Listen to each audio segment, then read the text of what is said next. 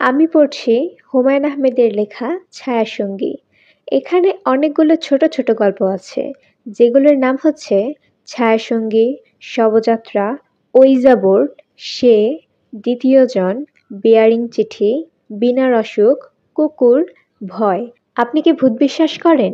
আমাকে অনেকেই এই প্রশ্ন করেছেন। আমি মজা করবার জন্য প্রতিবারই বলেছি ভূত প্রেত বিশ্বাস করি, তবে মানুষ বিশ্বাস করি না। উত্তর ঠিক না। কোনো অতিপ্রাকৃত ব্যাপারে আমার বিশ্বাস নেই। 40 বছর পার করে দিয়েছি, এখনো পর্যন্ত ভূত দেখার সৌভাগ্য বা দুর্ভাগ্য কোনোটাই হয়নি। আমার অতি পরিচিত কেউও ভূত দেখেছে বলে আমার জানা নেই। তাহলে হঠাৎ করে ভূতের গল্প লিখতে বসলাম কেন? আসলে গল্পগুলো ঠিক ভূতের গল্প নয়, অন্যরকম অভিজ্ঞতার গল্প। যে অভিজ্ঞতা আমাদের প্রায় সবারই আছে এবং যা চট করে ব্যাখ্যা করা যায় না। উদাহরণ দেই, ছোটবেলায় মরিয়ম বলে একটা কাজের মেয়ে ছিল আমাদের। বয়স ছিল 12-13। অসম্ভব বোকা একজন মেয়ে। তার ঘুম ছিল প্রবাদের মতো। বাথরুমে কাপড়ে সাবান মাখতে মাখতে ঘুমিয়ে পড়তো। চুলায় চায়ের কেটলি বসিয়ে ঘুমিয়ে পড়তো। এই মেয়েটা কোনো এক বিচিত্র উপায় ভবিষ্যৎ বলতো। ঘর ঝাড় দিতে দিতে হঠাৎ হয়তো বলল, আইজ আমরার বাসাত বুড়া কিসিমের একটা লোক আসবো, তার সাথে আসবে একটা ছোট মাইয়া, লোকটার শরীরে হইলদা জামা। সত্যি সত্যি তাই হতো। মরিয়ম ভবিষ্যৎ বাণী করেছে অথচ তা হয়নি, এই নজির নেই। ভবিষ্যৎবাণীগুলো কিভাবে করতো তা সে নিজেও জানে না। প্রশ্ন করলে বলতো, চোখের সামনে দেহি, কেমনে দেহি জানি না। আমাদের পরিবারে একটি বড় দুর্ঘটনার বিষয়ে ভবিষ্যৎবাণী করার পর এবং সেই ভবিষ্যৎবাণী অক্ষরে অক্ষরে মিলে যাওয়ার পর তাকে ছাড়িয়ে দেওয়া হয়। এই পৃথিবীতে যুক্তি গ্রাহ্য নয়, বিষয়ও যে ঘটতে পারে তা মরিয়মকে দেখেই আমি প্রথমবার বুঝতে পারি। অবশ্যই এটা স্বীকার করে নেওয়া ভালো, আজকের বিজ্ঞান যা ব্যাখ্যা করতে পারছে না, আগামী দিনের বিজ্ঞান তা পারবে। হয়তো মরিয়মের ভবিষ্যৎ বলতে পারার যে ক্ষমতা, তা আমাদের কাছে অতিপ্রাকৃত ক্ষমতা বলে মনে হচ্ছে। আসলে তা মোটেই নয়। হয়তো আগামী দিনের বিজ্ঞান সময়কে জয় করবে। তখন ভূত, ভবিষ্যৎ, বর্তমান বলে আলাদা কিছু থাকবে না।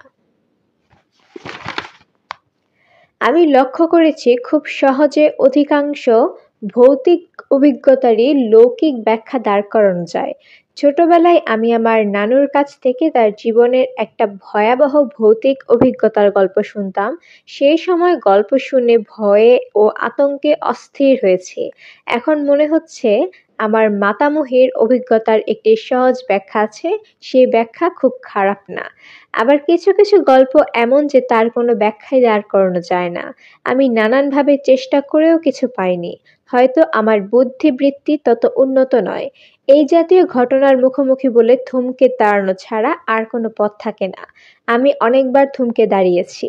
আমার মনে হয়েছে আমাদের আলোকিত জগতের পাশাপাশি একটা অন্ধকার জগৎও আছে, সেই জগতের নিয়মকানুন ভিন্ন। আমি এই গল্প সংকলনে অন্ধকার জগতের কিছু কথা বলার চেষ্টা করছি। বেশিরভাগই প্রত্যক্ষ অভিজ্ঞতার গল্প, কিছু বাইরের গল্পও আছে। তার মাল মশলা আমার অতি প্রিয়জনদের কাছ থেকে সংগ্রহ করা। মানুষকে ভয় দেখানোর জন্য কিংবা অন্য ভুবন সম্পর্কে কোনো ধারণা দেবার জন্য গল্পগুলি লেখা হয়নি। লিখেছি এই পৃথিবীর রহস্যময় ব্যাপারগুলির দিকে ইঙ্গিত করার জন্য। লেখাগুলো গুরুত্বের সঙ্গে গ্রহণ না করবার জন্য বলবো। আমি মনে প্রাণে বিশ্বাস করি ব্যাখ্যার অতীত কিছু নেই। আমি ব্যাখ্যা করতে পারছি না, তা আমার অক্ষমতা, অন্য কেউ করবেন।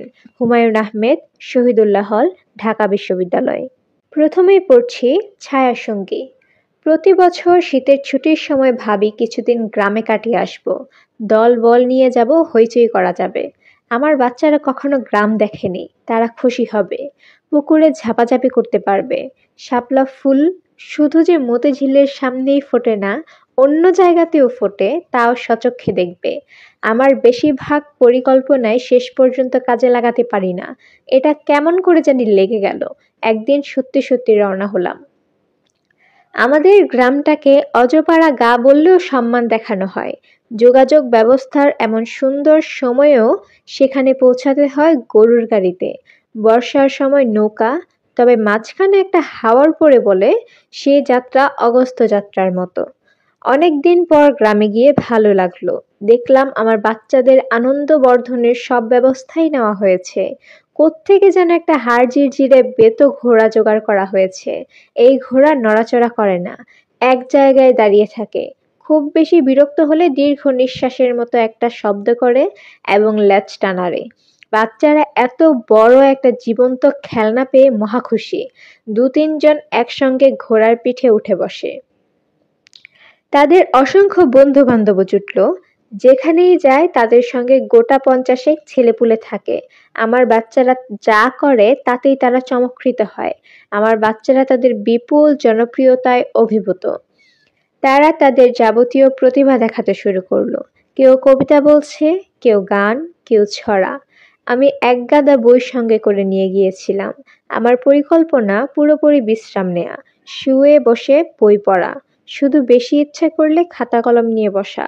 একটা উপন্যাস অর্ধেকের মতো লিখে রেখেছিলাম, বাকিটা কিছুতেই লিখতে ইচ্ছে করছিল না। পাণ্ডুলিপি সঙ্গে করে নিয়ে এসেছি, নতুন পরিবেশে যদি লিখতে ইচ্ছা করে তাহলে লিখব। প্রথম কিছুদিন বই বা লেখার কোনোটা নিয়েই বসা গেল না। সারাক্ষণই লোকজন আসছে, তারা অত্যন্ত গম্ভীর গলায় নানান জটিল বিষয় নিয়ে আলোচনায় উৎসাহী। এসেই বলবে, দেশের অবস্থাটা কি কম দেখি ছোট মিয়া, বড়ই চিন্তাযুক্ত আছি। দেশের হালটা কি, এ দেশ ছিল কি আর হয়েছে কি। দিন ৪-৫ পরে সবাই বুঝে গেল দেশ সম্পর্কে আমি তেমন কিছু জানি না, গল্পগুজবও তেমন করতে পারি না। তারা আমাকে রেহাই দিল, আমি হাঁপ ছেড়ে বাঁচলাম। গ্রামের নতুন পরিবেশের কারণেই হোক বা অন্য কোনো কারণেই হোক, আমার লেখালেখির প্রবল আগ্রহ বোধ করলাম। অসমাপ্ত পাণ্ডুলিপি নিয়ে বসলাম। সারাদিন লেখালেখি কাটাকুটি করে সন্ধ্যায় স্ত্রীকে সঙ্গে নিয়ে বেড়াতে বের হই। চমৎকার লাগে। প্রায় রাতেই ১-২ জন করে ঘাতক আসে। সময়টা বড় চমৎকার কাটতে লাগলো। লেখার ব্যাপারে আগ্রহ বাড়তেই লাগলো। সারাদিনই লিখি। এক দুপুরের কথা, একমনে লিখছি, জানালার ওপাশে খুট করে শব্দ হলো। তাকিয়ে দেখি খালি গায়ে রোগামত্ত ১০-১১ বছরের একটা ছেলে গভীর আগ্রহে আমার দিকে তাকিয়ে আছে। ওকে আগেও দেখেছি। জানালার ওপাশ থেকে গভীর কৌতূহলে সে আমাকে দেখে। চোখে চোখ পড়লেই পালিয়ে যায়। আজ পালালো না। আমি বললাম, কি রে?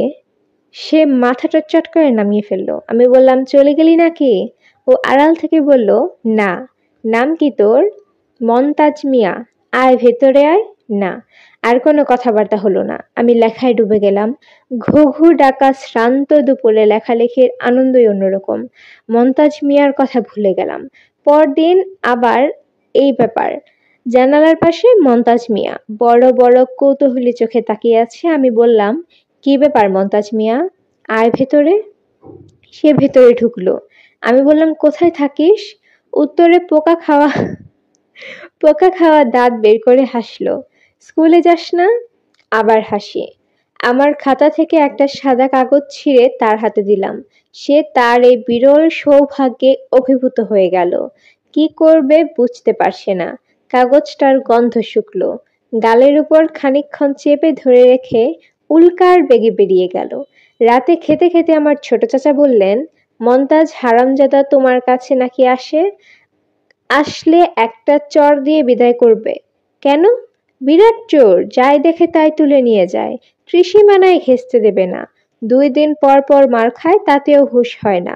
তোমার এখানে এসে কি করে? কিছু করে না। চুরির সন্ধানে আছে।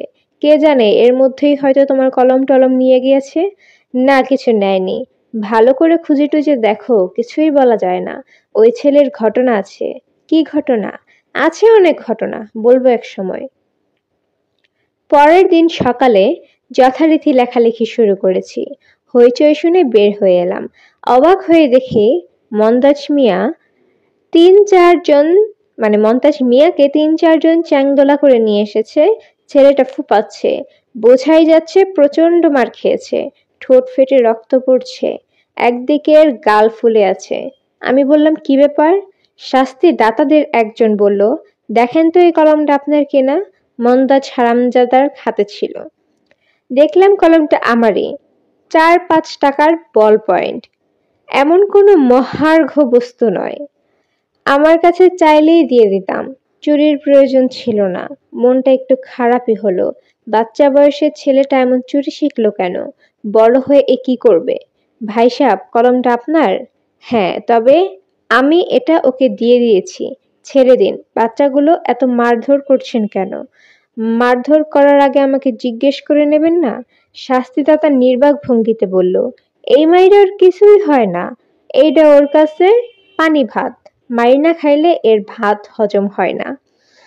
মন্তাজ মিয়া বিস্মিত চোখে আমার দিকে দেখছে। তাকে দেখেই মনে হলো সে তার ক্ষুদ্র জীবনে এই প্রথম একজনকে দেখেছে যে চুরি করার পরও চোরকে চোর বলেনি। মন্তাজ মিয়া নিঃশব্দে বাকি দিনটা জানালার ওপাশে বসে রইল। অন্যদিন তার সঙ্গে দু একটা কথাবার্তা বলি, আজ একটা কথাও বলা হলো না। মেজাজ খারাপ ছিল। এই বয়সে একটা ছেলে চুরি শিখবে কেন? মন্তাজ মিয়ার যে একটা বিশেষ ঘটনা আছে তা জানলাম আমার ছোট চাচার কাছে। চুরির ঘটনাও দুদিন পর। গ্রামের মানুষদের কাছে একটা অদ্ভুত ব্যাপার। কোন ঘটনা যে গুরুত্বপূর্ণ কোনটা তুচ্ছ তা এরা বুঝতে পারে না। মন্তাজ মিয়ার জীবনের এত বড় একটা ব্যাপার কেউ আমাকে এতদিন বলেনি, অথচ তুচ্ছ সব বিষয়ে অনেকবার শোনা হয়েছে।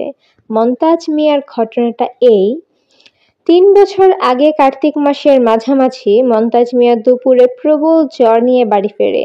সেই জ্বরের প্রকোপ এতই বেশি যে শেষ পর্যন্ত মন্তাজ মিয়ার হতদরিদ্র পরিবার একজন ডাক্তারও নিয়ে এলেন। ডাক্তার আনার কিছুক্ষণের মধ্যে মন্তাজ মিয়া মারা গেল। গ্রামের জন্ম এবং মৃত্যু দুটোই বেশ স্বাভাবিকভাবে গ্রহণ করা হয়। মন্তাজ মিয়ার মা কিছুক্ষণ চিৎকার করে কাঁদল, তার বাবাও খানিকক্ষণ আমার পুত কই গেল রে বলে চেঁচিয়ে স্বাভাবিক হয়ে গেল। বেঁচে থাকার প্রবল সংগ্রামে তাদের লেগে থাকতে হয়। পুত্রের শোকে কাতর হলে চলে না। মরা মানুষ যত তাড়াতাড়ি কবর দিয়ে দেওয়া যায় ততই নাকি সোয়াব, এবং কবর দিতে হয় দিনের আলো থাকতে থাকতে। কাজেই জুম্মা ঘরের পাশে বাদ আছর মন্তাজ মিয়ার কবর হয়ে গেল। সবকিছুই ঘটল খুব স্বাভাবিকভাবে। অস্বাভাবিক ব্যাপারটা শুরু হলো দুপুর রাতের পর, যখন মন্তাজ মিয়ার বড় বোন রহিমা কলমাকান্দা থেকে উপস্থিত হলো। কলমাকান্দা থেকে ২১ মাইল এখান থেকে। এই দীর্ঘ পথ একটি গর্ভবতী মহিলা পায়ে হেঁটে চলে এলো এবং বাড়িতে পা দিতেই চেঁচিয়ে বলল, তোমরা করছো কি? মন্তাজ বাচ্চা আছে, কবর খুইরা তারে বাইর করো। দ্বিরং করবা না। বলাই বাহুল্য কেউ তাকে পাত্তা দিল না। শোকে দুঃখে মানুষের মাথা খারাপ হয়ে যায়। কবর দিয়ে দেওয়ার পর নিকট আত্মীয় স্বজনরা সবসময় বলে ও মরে নাই। কিন্তু মন্তাজ মিয়ার বোন রহিমা এ ব্যাপারটা নিয়ে এতই হইচই করলো যে সবাই মানতে বাধ্য হলো মৌলানা সাহেবকে ডেকে আনতে। রহিমা মৌলানা সাহেবের পায়ে গিয়ে পড়ল, কাঁদতে কাঁদতে বলল, মন্তাজ বাচ্চা আছে, আপনি এরে বাঁচান। আপনি না বললে কবর খুঁড়তো না। আপনি রাজি না হওয়া পর্যন্ত আমি পা ছাড়তাম না। মৌলানা সাহেব অনেক চেষ্টা করেও রহিমাকে ঝেড়ে ফেলতে পারল না। রহিমা বজ্র আটুনিতে পা ধরে বসে রইল। মৌলানা সাহেব বিরক্ত হয়ে বলল, বাচ্চা আছে বুঝলা কেমনে? রহিমা ফুপাতে ফুপাতে বলল, আমি জানি। গ্রামের মৌলানারা অতি কঠিন হৃদয়ের হয় বলে আমাদের একটা ধারণা আছে। এই ধারণা সত্যি নয়। মৌলানা সাহেব বললে, প্রয়োজনে কবর দ্বিতীয়বার খোঁড়া জায়েজ আছে। এ মেয়ের মনের শান্তির জন্য এটা করা যায়। হাদিস শরীফে আছে। কবর খোঁড়া হলো। ভয়াবহ দৃশ্য। মন্তাজ মিয়া কবরের গায়ে হেলান দিয়ে বসে আছে। পিটপিট করে তাকাচ্ছে। হঠাৎ চোখে প্রবল আলো পড়ায় চোখ মেলতে পারছে না। কাফনের কাপড়ের একখণ্ড লুঙ্গির মতো পেঁচিয়ে পড়া, অন্য দুইটি খণ্ড সুন্দর করে ভাঁজ করা। অসংখ্য মানুষ জমা হয়েছে। এই অবিশ্বাস্য দৃশ্য দেখে কারো মুখ থেকে কোনো কথা বের হলো না। মৌলানা সাহেব বললেন, কিরে মন্তাজ? মন্তাজ মৃদু স্বরে বলল, পানির পিয়াস লাগছে। মৌলানা সাহেব হাত বাড়িয়ে তাকে কবর থেকে তুললেন। এই হচ্ছে মন্তাজ মিয়ার গল্প। আমি আমার জীবনে এরকম অদ্ভুত গল্প অনেক শুনেছি, তবে এই রকম গল্প আগে শুনিনি। ছোট চাচাকে বললাম, মন্তাজ তারপর কিছু বলেনি? অন্ধকার কবরে জ্ঞান ফিরবার পর সে কি দেখলো এসব কিছু? ছোট চাচা বললেন, না, কিচ্ছু কয় না, হারামজাদা বিরাট বজ্জাত। জিজ্ঞেস করেনি কিছু? কতজনে কত জিজ্ঞেস করছে। এক সাংবাদিকও আসছিল, ছবি তুললো, কত কথা জিজ্ঞেস করলো, একটা শব্দও করে না। হারামজাদা বদের হাড্ডি। আমি বললাম কবর থেকে ফিরে এসেছে, লোকজন তাকে ভয়টাই পেত না? প্রথম প্রথম পাইতো, তারপর আর না। আল্লাহ তাআলার কুদরত, আল্লাহ তাআলার কেরামতি আমরা সামান্য মানুষ হয়ে কিভাবে বুঝবো কও? তা তো বটেই। আপনারা তার বোন রহিমাকে জিজ্ঞেস করেননি সে কি করে বুঝতে পারলো মন্তাজ বেঁচে আছে? জিজ্ঞেস করার কিছু নাই। এইটাও আল্লাহর কুদরত, উনার কেরামতি। ধর্মকর্ম করুক বা না করুক, গ্রামের মানুষদের আল্লাহ তাআলার কুদরত এবং কেরামতির উপর অসীম ভক্তি। গ্রামের মানুষদের চরিত্রে চমৎকার সব দিক আছে। অতি তুচ্ছ ঘটনা নিয়ে এরা প্রচুর মাতামাতি করে, আবার অনেক বড় বড় ঘটনা হজম করে। দার্শনিকদের মতে দার্শনিকদের মতো গলায় বললে আল্লাহর কুদরত। আমি ছোট চাচাকে বললাম, রহিমাকে একটু খবর দিয়ে আনা যায় না? ছোট চাচা বিস্মিত হয়ে বললেন, কেন? কথা বলতাম। খবর দেওয়ার দরকার নাই, এমনিই আসবো। এমনিতেই কেন আসবে? ছোট চাচা বললেন, তুমি পোলাপান নিয়ে আসছো, চারিদিকে খবর গেছে। এই গ্রামের যত মেয়েরা বিয়া হইছে সব অখন নাইর আসবো, এইটাই নিয়ম। আমি অবাকই হলাম, সত্যি সত্যি এটাই নাকি নিয়ম? গ্রামে কোনো বিশিষ্ট মানুষ আসা উপলক্ষে গ্রামের সব মেয়েরা নাইর আসবে। বাপের দেশে আসার একটা তাদের সুযোগ, এই সুযোগ তারা নষ্ট করবে না। আমি আগ্রহ নিয়ে জিজ্ঞাসা করলাম, কেউ কি এসেছে? আসবে না মানে? গ্রামের একটা নিয়ম শৃঙ্খলা আছে না? আমি ছোট চাচাকে বললাম, আমাদের উপলক্ষে যে মেয়েরা নাইর আসবে তাদের প্রত্যেককে যেন একটা করে দামি শাড়ি উপহার হিসেবে দেওয়া হয়। একদিন খুব যত্ন করে দাওয়াত খাওয়ানো হয়। ছোট চাচা এটা পছন্দ করলেন না, তবে রাজি না হয়েও কোনো উপায় ছিল না। আমাদের জমি জমা তিনি দীর্ঘদিন ধরে ভোগ দখল করছেন। গ্রামের নিয়ম মতো একসময় রহিমাও এলো, সঙ্গে 4টি ছোট ছোট ছেলে মেয়ে। হতদরিদ্র অবস্থা। স্বামীর বাড়ি থেকে সে আমার জন্য 2টো ডালিম নিয়ে এসেছে। আমার স্ত্রী তাকে খুব যত্ন করে খাওয়ালো। খাওয়া শেষে তাকে একটি শাড়ি দেওয়া হলো। মেয়েটি অভিভূত হয়ে গেল। এরকম একটা উপহার বোধহয় তার কল্পনাতেও ছিল না। তার চোখ দিয়ে টপ টপ করে পানি গড়িয়ে পড়তে লাগলো। আমি তাকে আমার ঘরে ডেকে নিলাম। কোমল গলায় বললাম, কেমন আছো রহিমা? রহিমা ফিস ফিস করে বলল, ভালো আছি ভাইজান। শাড়ি পছন্দ হয়েছে? পছন্দ হইব না? কি কন ভাইজান? অত দামি জিনিস কি আমরা কোনোদিন চোখে দেখছি? তোমার ভাইয়ের ব্যাপারটা জানতে চাচ্ছিলাম, তুমি কি করে বুঝলে ভাই বেঁচে আছে? রহিমা অনেকটা চুপ করে থেকে বলল, কি কইরা বুঝলাম আমি নিজেও জানি না। মৃত্যুর খবরটা শুইনা দৌড়াইতে দৌড়াইতে আসছি। বাড়ির উঠানে পাও দিতে মনে হইল মন্তাজ বাচ্চা আছে। কি জন্য মনে হলো? জানি না ভাইজান, মনে হইল। এরকম কি তোমার আগেও হয়েছে? মানে কোনো ঘটনা তুমি আগে থেকে বুঝতে পারছো? জি না। মন্তাজ তোমাকে কিছু বলেনি? জ্ঞান ফিরে সে কি দেখলো বা তার কি মনে হলো? জি না। জিজ্ঞাসা করনি? করেছি, হারামজাদা কথা কয় না। রহিমা আরো খানিকক্ষণ বসে পান টান খেয়ে চলে গেল। আমার টানা লেখালেখিতে ছেদ পড়লো, কিছুতেই আর লিখতে পারছি না। সবসময় মনে হচ্ছে বাচ্চা একটা ছেলে কবরের বিকট অন্ধকারে জেগে উঠলো কিভাবে? সে কি দেখলো? তখন তার মনের অনুভূতি কেমন ছিল? মন্তাজ মিয়াকে জিজ্ঞেস করতে ইচ্ছা করছে, আবার মনে হয় জিজ্ঞেস করাটা ঠিক হবে না। সবসময় মনে হয় বাচ্চা একটি ছেলে, ভয় স্মৃতি মনে করে দেওয়া অন্যায় কাজ। এই ছেলে নিশ্চয়ই প্রাণপণে এটা ভুলতে চেষ্টা করছে বলেই কাউকে কিছু বলতে চাচ্ছে না। তবু একদিন কৌতূহলের হাতে পরাজিত হলাম। দুপুরবেলা, বই নিয়ে বসেছি। পাড়াগার ঝিম ধরা দুপুর।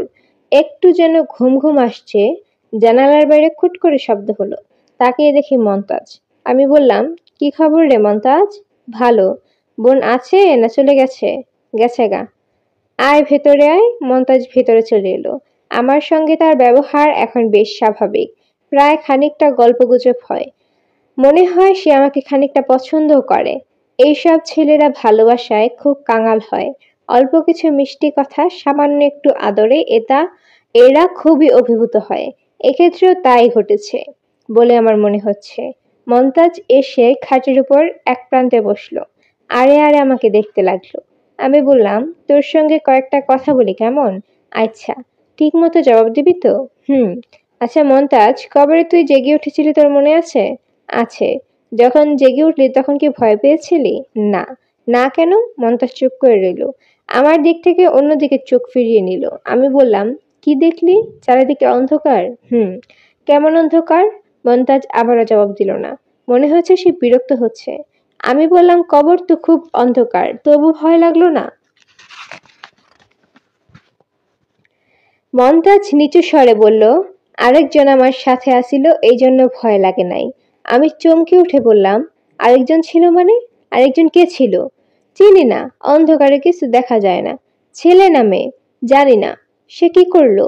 আমারে আদর করলো আর কইলো কোনো ভয় নাই। কিভাবে আদর করলো? মনে নাই। কি কি কথা সে বলল? মজার মজার কথা, খালি হাসি আসে। বলতে বলতে মন্তাজ মিয়া ফিক করে হেসে ফেলল। আমি বললাম, কি মজার কথা, দুই একটা বলতো শুনি। মনে নাই। কিছুই মনে নাই? সে কে? এটা কি বলেছে? জি না। ভালো করে ভেবে টেবে বলতো, কোনো কিছু কি মনে পড়ে? ওনার গায়ে শ্যাওলার মতো গন্ধ ছিল। আর কিছু? মন্তাজ মিয়া চুপ করে রইল। আমি বললাম, ভালো করে ভেবে টেবে বলতো, কিছু মনে নাই? মন্তাজ মিয়া অনেকক্ষণ চুপ করে থেকে বলল, একটা কথা মনে আসছে। সেটা কি? বলতাম না, কথাটা গোপন। বলবি না কেন? মন্তাজ জবাব দিল না। আমি আবার বললাম, বল মন্তাজ, আমার খুব শুনতে ইচ্ছে করছে। মন্তাজ উঠে চলে গেল। এই তার সঙ্গে আমার শেষ দেখা। বাকি যে কদিন গ্রামে ছিলাম সে কোনোদিন আমার কাছে আসেনি। লোক পাঠিয়ে খবর দিয়েছি, তবুও আসেনি। কয়েকবার নিজেই গেলাম, দূর থেকে দেখতে পেয়ে সে পালিয়ে গেল। আমি আর চেষ্টা করলাম না। কিছু রহস্য সে তার নিজের কাছে রাখতে চায়। রাখুক, এটা তার অধিকার। এই অধিকার অনেক কষ্টে সে অর্জন করেছে। শ্যাওলা গন্ধি সে ছায়াসঙ্গীর কথা আমরা যদি কিছু নাও জানি, তাতেও কিছু যাবে আসবে না। তারপরে আছে শবযাত্রা। পুরোপুরি নাস্তিক মানুষের সংখ্যা এই পৃথিবীতে খুবই কম। ঘোর নাস্তিক যে মানুষ, তাকেও বিশেষ বিশেষ ক্ষেত্রে খুব দুর্বল দেখা যায়। আমি একজন ঘোর নাস্তিককে চিনতাম। তার ঠোঁটে একবার একটা থ্রোতের মতো হলো। ডাক্তাররা সন্দেহ করলেন ক্যান্সার। সঙ্গে সঙ্গে সে নাস্তিক পুরোপুরি আস্তিক হয়ে গেলেন। তাহাজ্জুদের নামাজ পড়ার জন্য মসজিদে যান। মালিবাগের পীর সাহেবের মুরিদ হলেন। বায়োপসির পর ধরা পড়ল যে গ্রোথের ধরন খারাপ নয়, লোকালাইজড গ্রোথ। ভয়ের কিছু নাই, অপারেশন করে ফেলে দিলেই হবে। সঙ্গে সঙ্গে ভদ্রলোক আবার নাস্তিক হয়ে পড়লেন। ভয়াবহ ধরনের নাস্তিক। অঙ্ক করে প্রমাণ করে দিলেন যে ঈশ্বর ইকুয়াল টু ও স্কয়ার এবং আত্মা equal to O power half. যাই হোক, মানুষের চরিত্রের এই দ্বৈত ভাব আমাকে বিস্মিত করে না। প্রচন্ড রকম ঈশ্বর বিশ্বাসী মানুষের মধ্যেও আমি এরকমের অসীম অবিশ্বাসের বীজ দেখেছি। আমার কাছে এটা স্বাভাবিক মনে হয়। এর বাইরে কিছু দেখা মানে অস্বাভাবিক কিছু দেখা। আমি এরকম একজন অস্বাভাবিক চরিত্রের কথা এই গল্পে বলবো। চরিত্রের নাম মোতালেব, কাল্পনিক নাম। বয়স 50 থেকে 55। ভীষণ রোগা এবং প্রায় তালগাছের মতো লম্বা একজন মানুষ। Chain smoker. মাথায় কিছু অসুবিধা আছে বলেও মনে হয়। নিতান্ত অপরিচিত লোককেও এই ভদ্রলোক শীতল গলায় বলে ফেলতে পারেন, ভাই কিছু মনে করবেন না, আপনার কথা শুনে মনে হচ্ছে আপনি একজন মহামূর্খ। মোতালেব সাহেবের সঙ্গে আমার পরিচয় হয় এক বিয়ে বাড়িতে। সেদিন ওই বিয়ে বাড়িতে কি একটা সমস্যা হয়েছে, কাজী পাওয়া যাচ্ছে না কিংবা এই জাতীয় কিছু। বরপক্ষীয় এবং কনেপক্ষীয় লোকজন বিমর্ষ মুখে ছোট ছোট গ্রুপে ভাগ হয়ে গল্প করছে। এমন সময় আমি একটা দলের সঙ্গে জুটে গেলাম। সেখানে জনৈক অধ্যাপক বিগ ব্যাং এবং এক্সপান্ডিং ইউনিভার্স সম্পর্কে কথা বলা হয়েছে। শ্রোতারা চোখ বড় বড় করে শুনছে। ভদ্রলোক ব্ল্যাক হোল সম্পর্কে কথা বলা শুরু করেছে। তখন তিনি একটা নাটকীয় ব্যাপার ঘটালো। রোগা এবং লম্বা একজন শুকনো মানুষ বললেন, ভাই কিছু মনে করবেন না, আপনি একজন মহামূর্খ। অধ্যাপক ভদ্রলোক নিজেকে সামলাতে কিছু সময় নিলেন। পুরোপুরি সামলাতে পারলেন না, কাঁপা কাঁপা গলায় বললেন, আপনি কি আমাকে মহামূর্খ বললেন? জি। কেন বললেন জানতে পারি? অবশ্যই জানতে পারেন। আপনি আপনার বক্তৃতা শুরু করেছেন ভুল তথ্য দিয়ে। বলছেন ব্যাকগ্রাউন্ড রেডিয়েশন ধরা পড়েছে ইনফ্রারেডে। তা পড়েনি, ধরা পড়েছে মাইক্রোওয়েভে। আইনস্টাইনের জেনারেল থিওরি অফ রিলেটিভিটির একটি স্বীকার্যই হচ্ছে স্পেস এবং টাইমের জন্ম বিগ ব্যাং সিঙ্গুলারিটিতে। আপনি বললেন ভিন্ন কথা। কোনো কিছুই না জেনে একটার সঙ্গে আরেকটা মিলিয়ে কি সব উল্টাপাল্টা কথা বলছেন। অধ্যাপক ভদ্রলোক রাগে তোতলাতে বললেন, আমি ইউনিভার্সিটিতে ক্লাস নিচ্ছি না, একটু এদিক ওদিক হতেই পারে। বিজ্ঞান ঠাকুমার ঝুড়ি না, যেভাবে ইচ্ছা সেভাবেই বলবেন। ভদ্রলোক সিগারেটে লম্বা টান দিয়ে অন্যদিকে সরে গেলেন। আমি গেলাম তার পেছনে পেছনে। মজার চরিত্র, কথা বলা দরকার। যতটুকু মজার চরিত্র ভেবে ভদ্রলোকের কাছে গেলাম, দেখা গেল চরিত্র তার চেয়েও মজার। ভদ্রলোকের বিষয় পদার্থবিজ্ঞান নয়, সাইকোলজি। পদার্থবিদ্যা হচ্ছে তার শখ। এই শখ মেটানোর জন্য তিনি রীতিমতো শিক্ষক রেখে অঙ্ক পদার্থবিদ্যা শিখছেন। এই জাতীয় লোকদের সঙ্গে সহজে বন্ধুত্ব হয় না। আমি লক্ষ্য করেছি এরা সচরাচর সন্দেহ বাতিকগ্রস্ত হয়ে থাকে। এদের এদের দেখা গেল এই লোকটাকেও সেরকমই মনে হলো। একদিন বেশ বিরক্ত হয়ে বলল, আপনি দেখি মাঝে মাঝেই আমার কাছে আসেন, বিষয়টা কি বলেন তো? বিষয় কিছু না। বিষয় কিছু না বললে তো হবে না। এই পৃথিবীতে কার্যকরণ ছাড়া কোনো কিছুই হয় না। আমি হাসি মুখে বললাম, ক্লাসিক্যাল মেকানিক্স। তাই বলে কিন্তু ভাই মোতালিব সাহেব, হাইজেনবার্গের আনসার্টিনিটি, ইংলিশ ওয়ার্ডগুলো বাংলায় আসলে পড়া যায় না, আনসার্টিনিটি প্রিন্সিপাল আপনি ভুলে যাচ্ছেন। একটি বস্তুকে পুরোপুরি আপনি কিন্তু জানেন না। যখন অবস্থান জানেন তখন সঠিক গতি কি তা জানেন না। আপনার সঙ্গে কুতর্কে যেতে যাচ্ছি না। আপনি স্পষ্ট করে বলুন তো কি জন্য আমার কাছে আসেন? মদ্যপানের লোভে? আমি ঝামেলা এড়াবার জন্য বললাম, হ্যাঁ। ভালো কথা। আমার পেছনে অনেকেই ঘোরে, তাদের এই একটাই উদ্দেশ্য, বিনা পয়সায় মদ্যপান। তৃষ্ণার্ত মধ্যবিত্ত বাঙালি মদ্যপান করতে চায়, তবে তার নিজের পয়সায় নয়, অন্যের পয়সায়, যাতে স্ত্রী জানতে না পারে। নিজের পয়সায় না, অন্যের পয়সায়, যাতে তাদের পয়সা খরচ না হয়। অদ্ভুত মধ্যবিত্ত। আমি বললাম, আপনি মনে হচ্ছে মধ্যবিত্তদের উপরে খুবই বিরক্ত। আফসোস, বিরক্ত।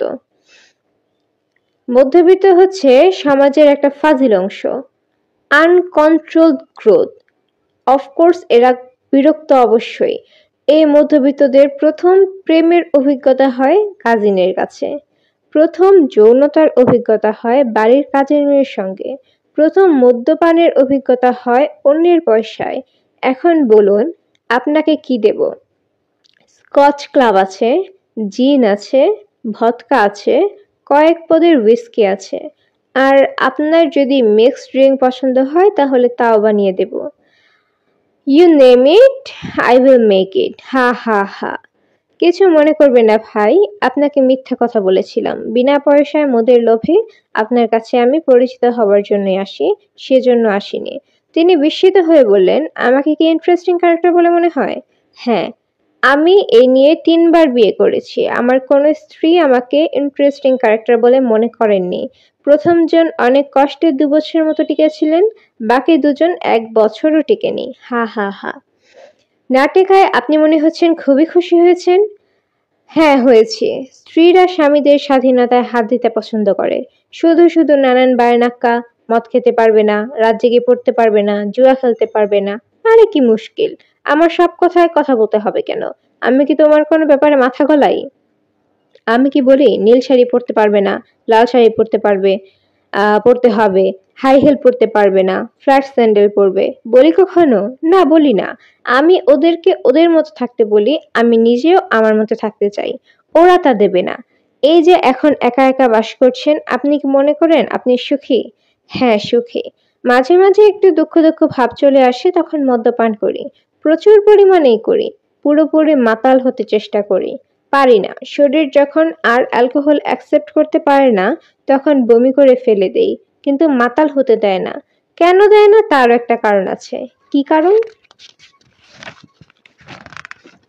বলবো, আরেকদিন বলবো। তা এখন বলেন কি খাবেন? আজকের আবহাওয়াটাই ব্লাডি ম্যারির জন্য খুব আইডিয়াল। দেবো একটা ব্লাডি ম্যারি বানিয়ে? জিনিসটা স্বাস্থ্যের জন্য ভালো। প্রচুর টমেটোর রস দেওয়া হয়। ভদ্রলোকের সঙ্গে আমার ভালোই খাতির হলো। মাসে 2-1 বার তার কাছে যাই। বিচিত্র সব বিষয় নিয়ে কথা হয়, যেমন ঈশ্বরের অস্তিত্ব, অ্যান্টিম্যাটার, লাইফ আফটার ডেথ। ভদ্রলোকের নাস্তিকতা দেখার মতো, যা বলবেন বলবেন, কোথাও সংশয়ের কিছু রাখবেন না। আমার মতো আরো অনেকেই আসে, তবে তাদের মূল আগ্রহ জলযাত্রায়। একবার আমাদের আড্ডায় এক ভদ্রলোক একটি ব্যক্তিগত ভৌতিক অভিজ্ঞতার কথা বললেন। তার বক্তব্য এরকম ছিল, শ্রাবণ মাসে একবার তিনি গ্রামের বাড়ি পৌঁছাচ্ছেন, বাড়ির স্টেশন থেকে খানিকখানি দূর। সন্ধ্যাবেলা ট্রেন এসে পৌঁছার কথা, পৌঁছাতে পৌঁছাতে রাত ৯টা বেজে গেল। গ্রাম দেশে রাত ৯টা মাঝে নিশুতি রাত, ঝড় বৃষ্টি হচ্ছে, স্টেশনে একটা লোক নেই। একা একাই রওনা হলাম। কিছু দূর যাবার পর হঠাৎ দেখি আমার আগে আগে কে যেন সাইকেল চালিয়ে যাচ্ছে। এতক্ষণ কাউকে দেখিনি। এখন এই সাইকেলে করে কে যাচ্ছে? আমি বললাম, কে কে কে? কেউ জবাব দিল না। লোকটা শুধু একবার মুখ ফিরিয়ে তাকালো। সঙ্গে সঙ্গে চিনলাম, যে সাইকেলে আছে তার নাম পরমেশ। আমার সঙ্গে এক স্কুলে পড়েছি। বছর ৩ আগে নিউমোনিয়ায় মারা গেছে। গল্পের এই পর্যায়ে মোতালেব সাহেব বাজখাই গলায় বললেন, স্টপ! আপনি বলতে চাচ্ছেন আপনার এক মৃত বন্ধু সাইকেল চালিয়ে আপনার পাশে পাশে যাচ্ছিল? হ্যাঁ, মনে হচ্ছে আপনাকে সাহস দেওয়ার জন্য সে আপনার সঙ্গে সঙ্গে যাচ্ছিল। হতে পারে। মোতালেব সাহেব সিগারেট ধরাতে ধরাতে বললেন, তর্কের খাতিরে স্বীকার করে নিলাম যে আপনার বন্ধু মরে ভূত হয়েছেন। আপনাকে সাহস দেওয়ার জন্য আপনার সঙ্গে যাচ্ছেন। এখন সমস্যা হলো সাইকেল। একটা সাইকেল করে মৃত মানুষ কিভাবে যাবেন? যদি তা না হয় তাহলে আপনার ভূত বন্ধু সাইকেল পেল কোথায়? যিনি গল্প করছেন তিনি থমকে গেল। মোতালেব সাহেব বললেন, স্বীকার করলাম, অবশ্যই তর্কের খাতিরে যে মানুষ মরে ভূত হতে পারে, তাই বলে কাপড় মরে তো আর কাপড় ভূত হবে না। আমরা যদি ভূত দেখি তাদের ন্যাংটা দেখা উচিত। ওরা কাপড় পায় কোথায়? সবসময় দেখা যায় ভূতের একটা সাদা কাপড় পরে থাকে। এর মানে কি? মজার ব্যাপার হচ্ছে, এই ঘোর নাস্তিক প্রচন্ড যুক্তিবাদী মানুষের কাছ থেকে আমি একটি অবিশ্বাস্য গল্প শুনেছি। যেভাবে গল্পটি শুনেছিলাম অবিকল সেভাবে বলছি। গল্পের শেষে মোতালেব সাহেব আমাকে কিছু ব্যাখ্যা দেওয়ার চেষ্টা করেছিলেন। অপ্রয়োজনীয় বিধায় সেই ব্যাখ্যা আমি দিচ্ছি না। বৈশাখ মাসে এক ঝড় বৃষ্টির সন্ধ্যায় মোতালেব সাহেব গল্প শুরু করলেন। এই যে ভাই লেখক, ইন্টারেস্টিং অভিজ্ঞতার একটা গল্প শুনবেন? একটা কন্ডিশনে ঘটনাটা বলতে পারি, চুপ করে শুনবেন। কোনো প্রশ্ন করতে পারবেন না এবং ঘটনাটা বিশ্বাস করতে পারবেন না। বিশ্বাস করলে অসুবিধা কি? অসুবিধা আছে। আমার মাধ্যমে কোনো অবৈজ্ঞানিক ব্যাপার প্রচার হবে, তা হতে পারে না, তা হতে দেওয়া যায় না। আপনি যদি ধরে নেন এখন যা শুনছেন তা একটা গল্প, মজার গল্প, তাহলে আপনাকে বলতে পারি, এই গল্পটি আমি কোথাও ব্যবহার করতে পারি? পারেন। কারণ গল্প উপন্যাসকে কেউ গুরুত্ব দেয় না। সবাই ধরেই নেয় এগুলো বানানো ব্যাপার। তাহলে শুনুন বলি। ভদ্রলোক পরপর 4 প্যাগ মদ্যপান করলেন। তার মদ্যপানের ভঙ্গিও অদ্ভুত। ওষুধের মেজারিং গ্লাস ভর্তি করে নেন হুইস্কি। এরপর এক ফোঁটাও পানি মেশান না, ঠক করে পুরোটা মুখে ফেলে দেন, কিন্তু গিলে ফেলেন না। কুলকুচা করার মতো শব্দ করে তারপর একসময় ঘোঁত করে গিলে ফেলেন। কেন যে মানুষ এসব ছাইপাশ খায় বলেই আবার খানিকটা নেন। যাই হোক, ভদ্রলোকের জবানিতে মূল গল্পে যাই। তখন আমার বয়স 24, MA পাশ করেছি। ধারণা ছিল খুব ভালো রেজাল্ট হবে, বিশ্ববিদ্যালয়ের টিচার হিসেবে এন্ট্রি পেয়ে যাব। তা হয়নি। MA এর রেজাল্ট খুব খারাপ হলো। কেন হলো তা কিছুতেই বুঝতে পারছি না। পরীক্ষা ভালো দিয়েছি। একটা গুজব শুনতে পারছি, জনৈক অধ্যাপক রাগ করে আমাকে খুবই কম নম্বর দিয়েছেন। এই গুজব অমূলক নাও হতে পারে। অধ্যাপকের সঙ্গে আমার ভালো সম্পর্ক না। 2-1 জন আমাকে বেশ পছন্দ করেন, আবার কেউ কেউ আছেন আমার ছায়াও সহ্য করতে পারেন না।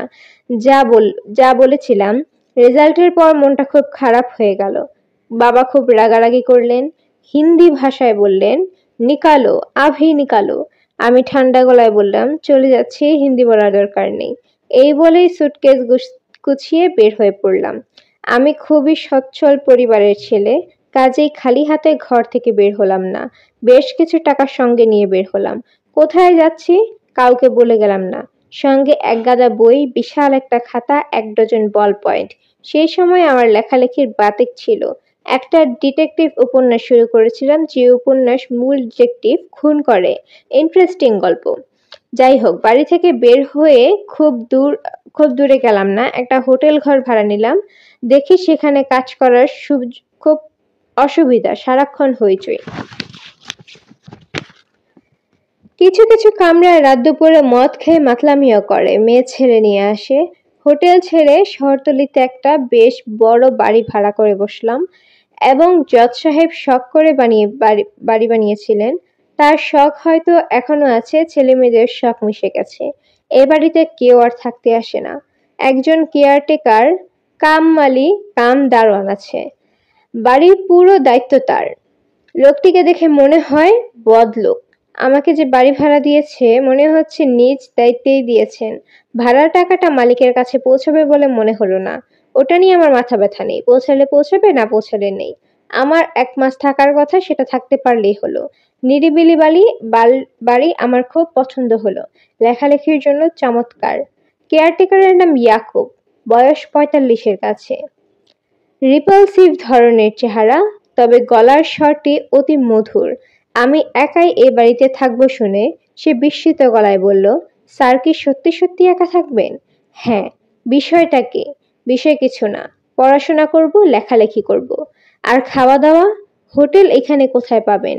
সে যদি শহরে যান 5 মাইলের ধাক্কা। রান্না করে দেবে এমন কাউকে পাওয়া যায় না, টাকা পয়সা দেব। আপনি বললে আমি রাঁধবো, খেতে পারবেন কিনা সেটা হলো কথা। পারবো, খাওয়া নিয়ে আমার কোনো খুঁতখুঁতানি নেই।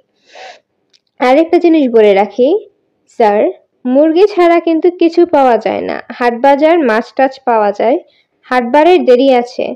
আর চালটা স্যার একটু মোটা আছে, আর চালটা স্যার একটু মোটা আছে। আপনি নিশ্চয়ই চিকন চালের ভাত খেয়ে অভ্যস্ত।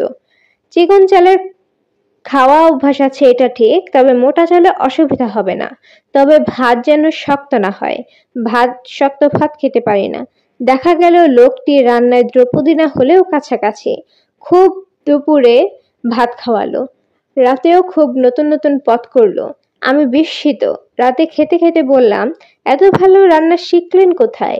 ইয়াকুব গম্ভীর মুখে বলল, আমার স্ত্রীর কাছে। খুব ভালো রাঁধতে পারতো। পারতো বলছেন কেন? এখন কি পারে না? ইয়াকুব গম্ভীর হয়ে গেল। ভাবলাম নিশ্চয়ই খুব ব্যক্তিগত কোনো ব্যাপার, এখন আর প্রশ্নের জবাব পাওয়া যাবে না। তবে সহজেই নিজেকে সামলে নিল। সহজ স্বরে বলল, এখন পারে কিনা জানি না স্যার, আমার সঙ্গে থাকে না। কোথায় থাকে? জানি না কোথায়। ওর চরিত্র খারাপ ছিল, ওর সাথে যোগাযোগ ছিল, বিশ্রী অবস্থা, বলার মতো না। অনেক দেন দরবার করেছি, তাতে কিছু লাভ হয় নাই। তারপর 7 বছরের 2 মেয়ে ঘরে রেখে পালিয়ে গেছে। বুঝে দেখেন কত বড় হারামি। কতদিন আগের কথা? বছর 2। কোনো খবর পাওয়া যায়নি? মোড়লগঞ্জ বাজারে নাকি দেখা গিয়েছিল। আমার কোনো আগ্রহ ছিল না, খোঁজ নেই নাই। এদের জীবনে এই জাতীয় কিচ্ছা কাহিনী শুনতে সাধারণত ভালোই লাগে, আমার লাগলো না। আমাদের সবাই জীবনে একান্ত সমস্যা আছে, সেই সব নিয়ে মাথা ঘামালে চলে না। কিন্তু ইয়াকুবের মনে হলো সে কথা বলবেই। জীবনের সবচেয়ে বড় ভুল কি করেছিলাম জানেন স্যার? সুন্দরী বিয়ে করেছিলাম, ডানাকাটা পরি বিয়ে করেছিলাম। বউ খুব সুন্দর ছিল, আগুনের মতো ছিল। আগুন থাকলেই পোকামাকড় আসে, তাই হলো। আমার জীবন হলো অতিষ্ঠ। একদিন মোড়লগঞ্জের বাজারে গেছি, ফিরে এসে দেখি দরজা বন্ধ। অনেকক্ষণ ধাক্কাধাক্কি করলাম, কেউ দরজা খোলে না। শেষে ধূপ করে জানালা দিয়ে লাফ দিয়ে কে যেন দৌড় দিল। আমি বললাম, এ কে? বউ বলল, আমি কি জানি। ইয়াকুব একের পর এক বউয়ের কীর্তি কাহিনী বলতে লাগলো। আমি এক সময় বিরক্ত হয়ে বললাম, ঠিক আছে, বাদ দাও এসব কথা। বাদ দিতে চাইলেও বাদ দেওয়া যায় না। 3 বার সালিশি বসলো। সালিশিতে ঠিক হলো বউরে তালাক দিতে হবে। তালাক দিলাম না, মন মানল না। তার উপর যমজ মেয়ে আছে। এর ফল হইল এই। স্ত্রী কোথায় আছে তুমি জানো না? জি না। মেয়েরা তোমার সঙ্গেই থাকে? জি। কি নাম মেয়েদের? যমজ মেয়ে হয়েছিল জনাব। তুহিন একজনের নাম, তুষার আরেকজনের নাম। নাম রেখেছিল মেয়ের মা। খুব ভালো। কোনো কিছু দরকার লাগলে এদের বলবেন, মেয়েরা এখানেই থাকে, ডাক দিলেই আসবে। না, আমার কিছু লাগবে না। বিরক্ত করলেও বলবেন, থাবলা দিয়ে গাল ফাটায় দিব। মেয়েগুলি বেশি সুবিধার হয় নাই, মায়ের খসিলত পাইছে। সারাদিন সাজগোজ, এই পায়ে আলতা, ওই ঠোঁটের লিপস্টিক। স্কুলে পড়ে না? আরে ধুর পড়াশোনা, এরা যায় আর আসে। মেয়ে দুটিকে আমার অবশ্য খুব পছন্দ হলো। দুজনই হাস্যমুখ, সারাক্ষণ সাজছে, সবসময় সেজেগুজে আছে। কাজেও কাজেরও খুব উৎসাহ। যদি বলি ১ গ্লাস পানি দাও তো, অমনি ছুটে যাবে। Sorry। দুজনই দুহাতে ২টা গ্লাস ভর্তি করে পানি নিয়ে চলে আসবে আর বলবে, চাচা আমারটা নেন, আর চাচা আমারটা নেন। ৮ গ্লাস পানি খেলেই যেখানে চলতো সেখানে বাধ্য হয়ে ২ গ্লাস খাই, যাতে দুটো মেয়েরই কেউ কোনো কষ্ট না পায়। স্নেহ নিম্নগামী। যত দিন যেতে লাগলো বাচ্চা দুটিকে আমার ততই পছন্দ হতে লাগলো। ছোটখাটো কিছু উপহার কিনে দিলাম। দুজনের জন্য ২টো রং পেন্সিল সেট, ছোট ছোট আয়না। যাই পায় তাই আনন্দ লাফায়। বড় ভালো লাগলো দেখতে। ওই দিন বাড়িতে দেখতে দেখতে ১১ দিন কেটে গেল। ১২ দিনের দিন একটা ঘটনা ঘটলো। ঘটনাটা বলার আগে আমি পারিপার্শ্বিক অবস্থার একটা বর্ণনা দিয়ে নিই। আমার বাড়িটা পশ্চিমমুখী। বাড়ির সামনে এবং পেছনে আমন ধানের মাঠ। বাড়ির ওপরে জঙ্গলা ধরনের জায়গা। একসময় নিবিড় বাঁশবন ছিল, এই পাতলা হয়ে গেছে। এখন পাতলা হয়ে গেছে। দক্ষিণে উকিল বাড়ির বিশাল বাগান। সেই বাগানে জাম, আম, লিচু থেকে শুরু করে আতা ফলের গাছ পর্যন্ত আছে। একজন বেঁটেখাটো দাড়িওয়ালা মালি সেই বাগান পাহারা দেয়। আমার সঙ্গে দেখা হলে গভীর বিনয়ের সঙ্গে জানতে চায়, স্যারের শরীরটা কি ভালো? ঘুমের কোনো ডিস্টার্ব হয় না তো? আমি প্রতিবারই বিস্মিত হয়ে বলি, ঘুমের ডিস্টার্ব হবে কেন? শহরের মানুষ হঠাৎ গ্রামে এসে পড়লেন, এই জন্য জিগাই। আমার ঘুম, খাওয়া দাওয়া কোনো কিছুতেই কোনো অসুবিধা হচ্ছে না। অসুবিধা হইলে কইবেন, ভয় ঠর পাইলে আমারে ডাক দিবেন। নাম বদরুল, আমি রাতে ঘুমাই না, জাগান থাকি। ঠিক আছে বদরুল, যদি কখনো প্রয়োজন বোধ করি তোমাকে ডাকবো। ১১ দিনের দিন প্রয়োজন বোধ করলাম। দিনটা সোমবার। সকাল থেকেই মেঘলা ছিল। দুপুর থেকে তুমুল বর্ষণ শুরু হলো। এর মধ্যে ইয়াকুব এসে বলল, স্যার, একটা বিরাট সমস্যা হয়েছে। তুহিনের গলা ফুলে কি যেন হয়েছে, নিঃশ্বাস নিতে পারছে না। ওকে তো স্যার ডাক্তারের কাছে নেওয়া দরকার। আমি তৎক্ষণাৎ মেয়েটাকে দেখতে গেলাম। খুবই খারাপ অবস্থা, শুধু গলা না, সমস্ত শরীর ফুলে গেছে। কি কষ্টে যে নিঃশ্বাস নিচ্ছে সেই জানে। মেয়েটার শরীর এত খারাপ, অথচ আমাকে কেউ ওরা কিছু বলেনি। আমার মনটাই খারাপ হয়ে গেল। আমি বললাম, ১ মুহূর্ত দেরি করা ঠিক হবে না, তুমি এক্ষুনি মেয়েকে নিয়ে হাসপাতালে যাও। স্যার, আপনার খাওয়া দাওয়া? আমার খাওয়া দাওয়া নিয়ে তোমাকে কিছু চিন্তা করতে হবে না, চাল ফুটিয়ে নিতে পারবো, একটা ডিম ভেজেও নেব। তুমি দেরি করবে না। আমি ইয়াকুবকে কিছু টাকাও দিলাম। সে ঘন্টাখানেকের মধ্যে ২ মেয়েকে একটি গরুর গাড়িতে তুলে নিয়ে রওনা হলো। আমার বুকটা ছ্যাদ করে উঠল। কেন যেন মনে হলো মেয়েটা বাঁচবে না। আমি থাকি দোতলার দক্ষিণমুখী একটা ঘরে। ঘরটা বিশাল, দুদিকে জানালা আছে। আসবাবপত্র বলতে পুরনো একটা খাট, খাটের পাশে লেখার টেবিল। লেখার টেবিলে হারিকেন ছাড়াও মোমদানের মোমবাতি। লেখালেখির জন্য শুধু হারিকেনের আলো যথেষ্ট নয় বলেই মোমবাতির ব্যবস্থা। কেন জানি সন্ধ্যার পর থেকে ভয় ভয় করতে লাগলো। বিছানায় বসে লিখছি, হঠাৎ মনে হলো কেউ একজন দক্ষিণের বারান্দায় নরম পায়ে হেঁটে যাচ্ছে। আমি কে কে বলতেই হাঁটার শব্দ থেমে গেল। আমি দুর্বল চিত্তের মানুষ নই, তবে যে কোনো সাহসী মানুষও কোনো কারণে বিশাল একটা বাড়িতে একা পড়ে গেলে একটু অন্যরকম বোধ করে। আমার কেমন অন্যরকম লাগতে লাগলো। সেই অন্যরকমটাও আমি ঠিক ব্যাখ্যা করতে পারছিলাম না। একবার মনে হচ্ছে পানির পিপাসা হচ্ছে, আবার পর মুহূর্তেই মনে হচ্ছে না, পানির পিপাসা না, অন্য কিছু। অনেক চেষ্টা করে কিছু লিখতে পারলাম না। লেখার জন্য মাথা নিচু করতেই মনে হলো দরজার ফাঁক দিয়ে কেউ আমাকে দেখছে। তাকালেই সরে যাচ্ছে। দুবার আমি বললাম, কে কে বলেই লজ্জা পেলাম। কে কে বলে চেঁচানোর কোনো মানে হয় না। এই সময় লক্ষ্য করলাম হারিকেনের আলো উজ্জ্বল হয়ে উঠছে। তেল কমে আসছে, এক্ষুনি হয়তো দপ করে নিভে যাবে। এত এতে ভয় পাওয়ার তেমন কোনো কারণ নেই। আরো একটি হারিকেন পাশের ঘরে আছে। সবুজ রঙের বড় একটা বোতলে কেরোসিন তেল থাকে। সেই বোতলটি একতলার রান্নাঘরে। তাছাড়া মোমবাতি তো আছেই। আমি নিভু নিভু হারিকেন নিয়ে একতলায় নেমে গেলাম। চা বানিয়ে খাবো, হারিকেনে তেল ভরবো। রাতে খাবার কিছু করা যায় কিনা তাও দেখবো। দেখলাম রাতে খাবার জন্য চিন্তিত হওয়ার কোনো কারণ নেই। ইয়াকুব ভাত রেঁধে রেখে গেছে। কড়াইয়ে ডাল আছে, ডিম ভাজা। ইচ্ছা করলে ডিম ভেজে নেওয়া যায়। কড়াইয়ে ডাল আছে, ডিম আছে, ইচ্ছে করলে ডিম ভেজে নেওয়া যায়। চা বানিয়ে খেলাম। ফ্লাক্স ভর্তি করে চা নিয়ে দোতলায় উঠে গেলাম। বারান্দায় পা দিতেই বুকটা ছ্যাদ করে উঠল। মনে হলো সবুজ রঙের ডোরা শাড়ি পরা একটি মেয়ে যেন হঠাৎ দ্রুত সরে গেল। মেয়েটার চোখ দুটি মায়া মায়া, কিন্তু এই অন্ধকারে মেয়েটার চোখ দেখার কথা না। তাহলে আমি এসব কি দেখছি? বৃষ্টির বেগ খুব বাড়ছে, রীতিমতো ঝড়ো হাওয়া বইছে। আমি আমার ঘরের আগের জায়গায় ফিরে গেলাম, জানালা বন্ধ করে দিলাম। শো শো শব্দ তবু কমলো না, ঠিক যেন বজ্রপাত হলো, প্রচন্ড বজ্রপাত। সাউন্ড ওয়েভের নিজস্ব একটা ধাক্কা আছে, এই ধাক্কায় মোমবাতির কিংবা হারিকেনের শিখা নিভে যায়। টেবিলের উপরে হারিকেনের আলো নিভে গেল। হঠাৎ চারদিক গাঢ় অন্ধকার। আমি তখন পরিষ্কার শুনলাম মেয়েলি গলায় কেউ একজন বলছে, আপনি বাইরে আসেন। আমি চেঁচিয়ে বললাম, কে? সেই আগের কণ্ঠ আবার শোনা গেল, ভয় পাইয়েন না, একটু বাইরে এসে দাঁড়ান। অল্প বয়স্ক মেয়ে মানুষের গলা, পরিষ্কার গলা। আমি আবার বললাম, কে তুমি? কে? কোনো জবাব পাওয়া গেল না। মনে হলো কেউ যেন ছোট্ট নিঃশ্বাস ফেললো। ঘরের দরজা একটু ফাঁক করলাম, আমি উঠে বারান্দায় চলে এলাম। বারান্দায় কেউ নেই, তবু মনে হলো কেউ একজন বারান্দায় দাঁড়িয়ে আছে। সে চাচ্ছে কিছুটা সময় আমি বারান্দায় থাকি। ধূপ ধূপ শব্দ আসছে, শব্দ কোত্থেকে আসছে ঠিক বোঝা যাচ্ছে না। মনে হচ্ছে কোদাল দিয়ে কেউ মাটি কোপাচ্ছে। এই ঝড় বৃষ্টির রাতে কোদাল দিয়ে মাটি কোপাচ্ছে কে? আমি বারান্দায় রেলিং এর দিকে এগিয়ে গেলাম, তখন বিদ্যুৎ চমকালো। বিদ্যুতের আলোয় স্পষ্ট দেখলাম দক্ষিণ দিকের বাঁশবাগানের কাছে কোদাল নিয়ে একজন মাটি কোপাচ্ছে। যে মাটি কোপাচ্ছে সে হলো আমাদের ইয়াকুব। কিন্তু ইয়াকুব এখানে আসবে কেন? ও তো ওর মেয়েকে নিয়ে শহরে গেছে। বিদ্যুতের চমক দীর্ঘস্থায়ী হচ্ছে না। একবার বিদ্যুৎ চমকাচ্ছে আর আমি তাকে দেখছি। সে খুব ব্যস্ত হয়ে মাটি কোপাচ্ছে, গভীর গর্ত করছে। সে কি করবে? কবর খুঁজছে? পাশে কাপড় দিয়ে মোড়া, লম্বা এটা কি? পরিষ্কার কিছু দেখছি না।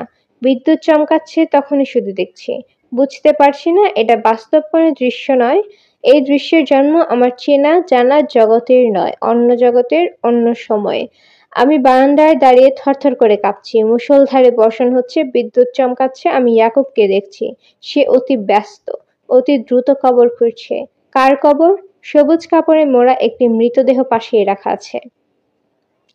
বৃষ্টির পানিতে তা ভিজছে। এটা কি তার স্ত্রীর মৃতদেহ? কি আশ্চর্য! হাত পাঁচেক দূরে বাচ্চা দুটা বসে আছে। এরা এক দৃষ্টিতে মৃতদেহটির দিকে তাকিয়ে আছে। যে রূপবতী স্ত্রী পালিয়ে যাওয়ার কথা ইয়াকুব বলেছিল, এটা কি সেই মেয়ে? এই মেয়েটিকে কি সে হত্যা করেছিল? হত্যাকাণ্ডটি কোনো এক বর্ষার রাতে ঘটেছিল। কোনো এক অস্বাভাবিক উপায়ে সেই মুহূর্তটিকে আবার ফিরে এসেছে। আমি দেখছি ইন্দ্রিয়ের অতীত কোনো একটি দৃশ্য ইন্দ্রিয় গ্রাহ্য হয়ে ধরা পড়ছে আমার কাছে। আমি আমার জীবনে কোনো অতি প্রাকৃতিক বিষয়কে স্থান দেইনি। আজ আমি এটা কি দেখছি? ভদ্রলোক এখানেই গল্প শেষ করলেন। আমি বললাম, তারপর? তারপর কি হলো? তিনি বিরক্ত হয়ে বললেন, আপনাকে একটা ভয়াবহ অভিজ্ঞতার কথা বলতে চাচ্ছিলাম, বলা হলো। এর আবার তারপর বলে কিছু নেই। আপনি এই দৃশ্যটি দেখলেন, তারপর কি করলেন? আপনি হলে কি করতেন? আমি হলে কি করতাম সেটা বাদ দিন, আপনি কি করেছেন সেটা বলুন। দাঁড়ান, আরো খানিকটা অ্যালকোহল গলায় ঢেলে নেই, তা না হলে বলতে পারবো না। ভদ্রলোক ঢকঢক করে অনেকখানি কাঁচা হুইস্কি গলায় ঢেলে দিলেন। দেখতে দেখতে তার চোখ রক্তবর্ণ হয়ে গেল। তিনি স্থির গলায় বললেন, আমি সেদিন যা করেছিলাম একজন বুদ্ধিমান যুক্তিবাদী মানুষ তাই করবে। আমি ছুটে গিয়েছিলাম সেখানে। প্রচন্ড ভয়াবহ কোনো ঘটনার মুখোমুখি এসে দাঁড়ালে মানুষের ভয় থাকে না, এক জাতীয় এনজাইম শরীরে চলে আসে। তখন প্রচুর গ্লুকোজ ভাঙতে শুরু করে, মানুষ শরীরীয় শক্তি পায়, ভয় কেটে যায়। আমার কোনো ভয় ছিল না। আমি দ্রুত গেলাম ওই জায়গায়। কাদায় পানিতে মাখামাখি হয়ে গেলাম। তারপর কি দেখলেন? কি আর দেখবো? কিছুই দেখলাম না। আপনি কি ভেবেছেন গিয়া দেখবো ইয়াকুব তার স্ত্রী ডেড বডি নিয়ে বসে আছে? না, তা ভাবিনি। নেচার বলুন বা ঈশ্বর বলুন বা প্রকৃতি বলুন, এরা কোনো রকম অস্বাভাবিকতা সহ্য করে না। এই জিনিসটি খেয়াল রাখবেন। কাজেই আমি কিছুই দেখলাম না। বৃষ্টিতে ভিজলাম, কাদায় মাখামাখি হলাম। আমার জিদ চেপে গেল। পাশের বাগানের মালিককে ডেকে নিয়ে এসে সেই রাতেই জায়গাটা খুঁড়লাম, কিছু পাওয়া গেল না। পরদিন থানায় খবর দিলাম। পুলিশের সাহায্যে আবারও খুঁড়োখুড়ি করা হলো, কিছুই পাওয়া গেল না। সবার ধারণা হলো আমার মাথা খারাপ হয়ে গেছে। আমার বাবা খবর পেয়ে আমাকে এসে নিয়ে গেলেন। দীর্ঘদিন ডাক্তারের চিকিৎসায় থেকে সুস্থ হলাম। শুনে অবাক হলাম, এই ঘটনার পর মাসখানেক আমি ঘুমোতে পারতাম না। গল্পটা কি এখানে শেষ, না আরো কিছু বলবেন? না, আর কিছু বলবো না। ভাই, আগে তো বলেছি এটা কোনো ভৌতিক গল্প না। ভৌতিক গল্প হলে দেখা যেত ইয়াকুব বউটাকে মেরে ওইখানে কবর দিয়ে রেখেছিল। ভৌতিক গল্প না বলেই ওটা সত্যি হয়নি। তবে ওই বাড়ি আমি কিনে নিয়েছি। বর্ষার সময় প্রায় ওখানে রাতে একা রাত্রি যাপন করি। আমার দৃঢ় বিশ্বাস ওই রাতে ঘটনার অংশবিশেষ আমি দেখেছিলাম। নিজের উপর কন্ট্রোল হারিয়ে ফেলেছিলাম বলে বাকিটা দেখতে পারিনি। কোনো একদিন বাকিটা হয়তো দেখব। ইচ্ছা করলে আপনি আমার সঙ্গে যেতে পারেন। আপনি কি যাবেন? না, আমার ভূত দেখার কোনো ইচ্ছা নেই। আপনার মালি ইয়াকুব কি এখনো ওই বাড়িতে আছে? হ্যাঁ, আছে। সে আপনার ঘটনা শুনে কি বলে? এটাও একটা মজার ব্যাপার। সে কিছুই বলে না। হ্যাঁও বলে না, নাও বলে না। চুপ করে থাকে। ভালো কথা। এতক্ষণ যে আমাদের ড্রিঙ্কস দিয়ে গেল, কাজু বাদাম দিয়ে গেল, তার নামই কিন্তু ইয়াকুব। তাকে আমি সবসময় নিজের কাছাকাছি রাখি। আপনি কি তার সঙ্গে কথা বলবেন? ইয়াকুব, এই ইয়াকুব!